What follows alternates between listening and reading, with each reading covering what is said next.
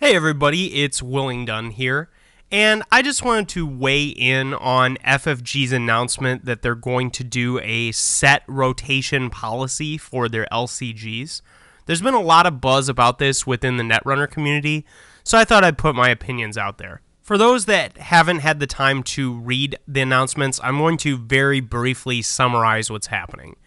Essentially, FFG has announced that beginning in the spring of 2017, cycles of data packs will rotate out of quote-unquote standard play for Netrunner. This means that if you go to a standard Netrunner tournament, you're not going to be able to play cards from those initial two cycles of data packs. To put this in perspective, the rotation begins with the release of the first pack of the 8th cycle, and right now we're about to conclude cycle number 3. So there will be 4 more complete cycles of data packs before the rotation even occurs. Now, of course, they've announced that the core set, as well as the deluxe expansions, the big boxes, those will not rotate out of play.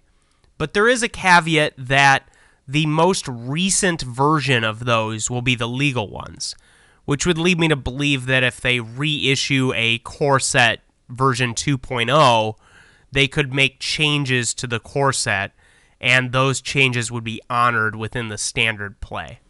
I've heard a lot of arguments against the rotation, and I want to say that I'm very much in favor of it.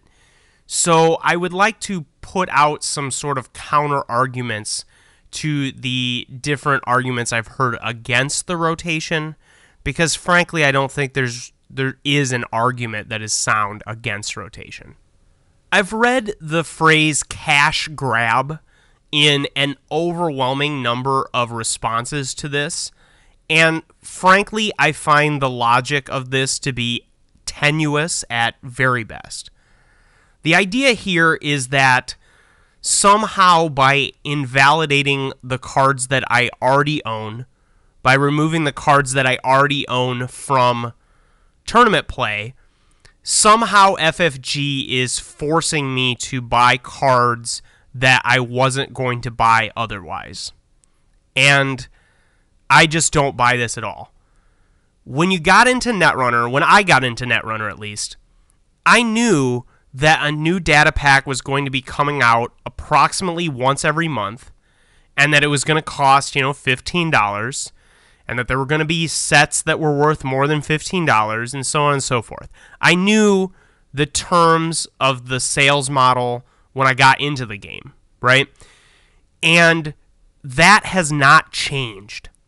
There's nothing new about the way that they're selling you the game.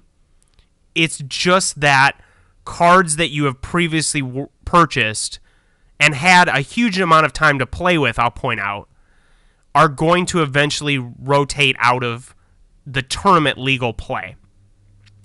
Now, there's a couple things going on here. First of all, as many others have pointed out, just because the cards rotate out of tournament play doesn't mean that the cards dissolve and you just throw them in a fire, they're worthless. If you're a casual player, I don't see how this decision affects you in the slightest. If you're going to play at the kitchen table, just play at the kitchen table the way you do now. Buy the data packs or don't. In fact, a goal of my channel with the data pack reviews is to help inform the casual player which packs fit the styles that they like to play and, are worthy of a purchase. I don't see how this decision affects the casual player at all. I also don't think this decision affects the tournament player, for a reason I just alluded to. You are going to buy the pack anyway.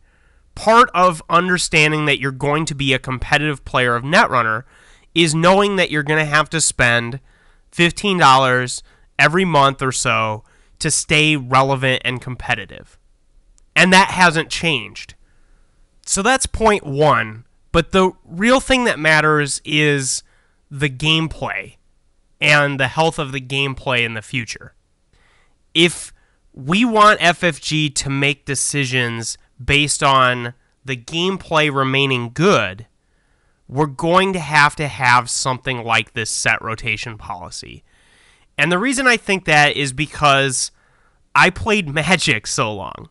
That's really what it's down to. I have experience with this exact phenomenon as a consumer. One thing that I can absolutely tell you is true is that an expanding card pool that only adds cards and doesn't remove them leads to stagnation. I can guarantee you that will happen with Netrunner if all we do is add more cards.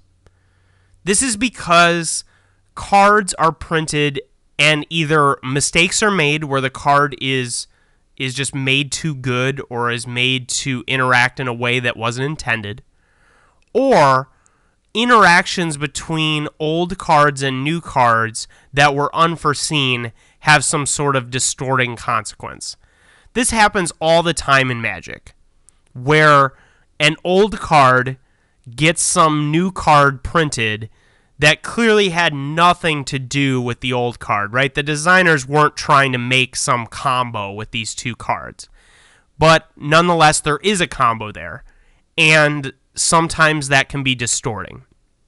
So if we want the game to evolve and continue and be successful and have a vibrant card pool, we need to accept that we will not only add cards to the pool, but also be able to remove cards from the pool.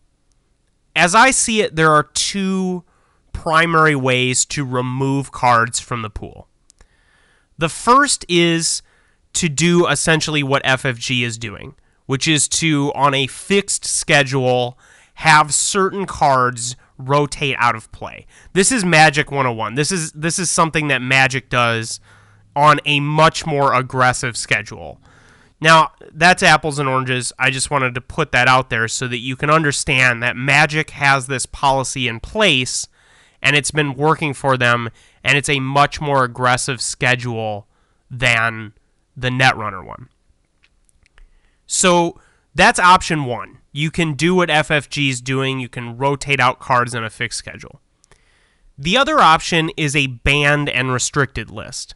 Banned being, that you can't play the card at all. Restricted being that you can only play one of the card. These are two ways that Magic has handled overpowered cards. I think bannings are bad for both the tournament and casual player, but I think that they're actually a lot worse for the casual player, and that's for this reason.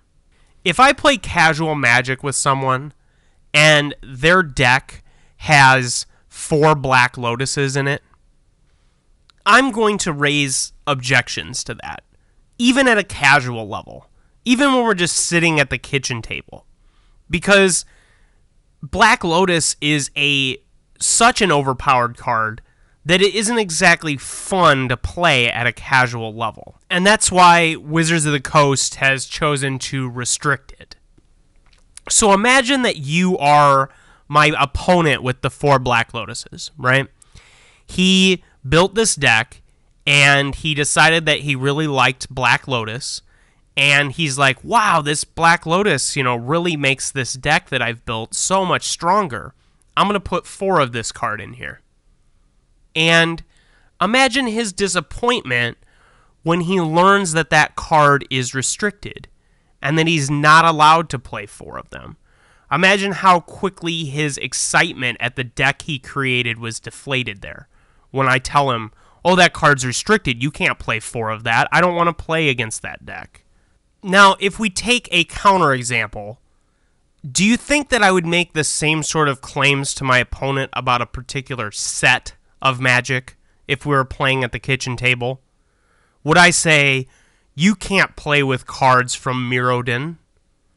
You can't play with cards from Ice Age? If we're playing a casual game, probably not. This is the problem with a ban-restricted list and why we don't want it to be policy, but rather a last resort if there's no other choice. So if you're willing to accept that the card pool needs a way for cards to be removed from the pool as well as added to the pool, then you're going to have to accept something like a set rotation policy. Now, we can disagree with the particulars of how they're implementing the policy. Frankly, I don't really have any problems with the way they're implementing it. I think it's going to work. Are there perhaps tweaks I would like to see? Yeah. But this is going to work. And they're giving us a ton of heads up. And I think this is a fairly adequate system. I want to conclude this with just a statement about something that I've noticed in a lot of gaming communities. Not just Netrunner, but I think it's rearing its head right now in Netrunner. And that is a strange kind of resentment towards the idea that the company producing the game makes money from doing so. And I think that stems primarily from the difference in the relationship that a player has with a game versus the manufacturer of the game. And let me explain what I mean by that. As a player of Netrunner, I freely invest a lot of my time and energy and my money into the game. And I do this because I love the game. It isn't because I think I'm going to make some money, right? I run ads on my YouTube videos, but I don't make any real amount of money off of that, right? Like, that isn't... to say that I'm making the videos to make money is naive at best. I make Netrunner videos because I love Netrunner and I want other people to love Netrunner. But that's a lot of time and effort and thought that I spend invested with the game. Conversely, FFG's primary motivation is to make money. Their primary goal, and the primary goal of almost every business, is to make money. So they are, number one, a company that makes money, and number two, they make games, right? The games are a means to the end of making money. So we actually want them to make more money.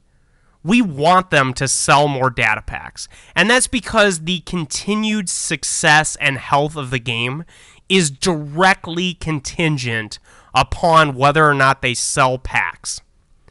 So I think we need to distinguish two important ideas here. First is decisions that are made to increase the sales of the game. These are ones that we should support as a player. Decisions made to increase the sale of the game are not only good business decisions, but they're also in our best interest for the continued health of the game. Now, that is not the same as a cash grab. A cash grab is when you exploit the existing player base to try to get money out of them for products that they wouldn't have already purchased. And I think I've demonstrated that what we're dealing with here is not a cash grab. But I think at the heart of this issue is this resentment that I'm describing towards the company for making money off the game, right? Because I don't make money off of playing the game, and we spend all of our time for free. Why can't they just do it for the love of the game? Well, I have an answer for that. The answer is overhead, right? They have to not only pay all of the staff to create the game, but also the designers, the artists, not to mention international logistics involved with printing and distributing a game worldwide. I don't have to do any of that stuff to be a player of the game.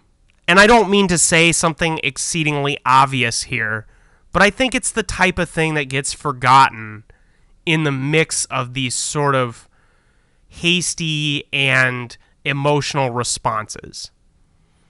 And I just want to put my voice out there as someone who has been down this block before with Magic. I truly do not think that they are doing this to sap our money. They're doing this because it is good for the health of the game, and the health of the game is a long-term investment that they're counting on paying in data pack sales down the road. There's a lot more that I could say about this topic, but I think I'm going to stop here. I just want to say that if you're still listening, thank you very much for being a subscriber of the channel and taking interest in my videos. and I'll have some more legitimate content here in a little bit.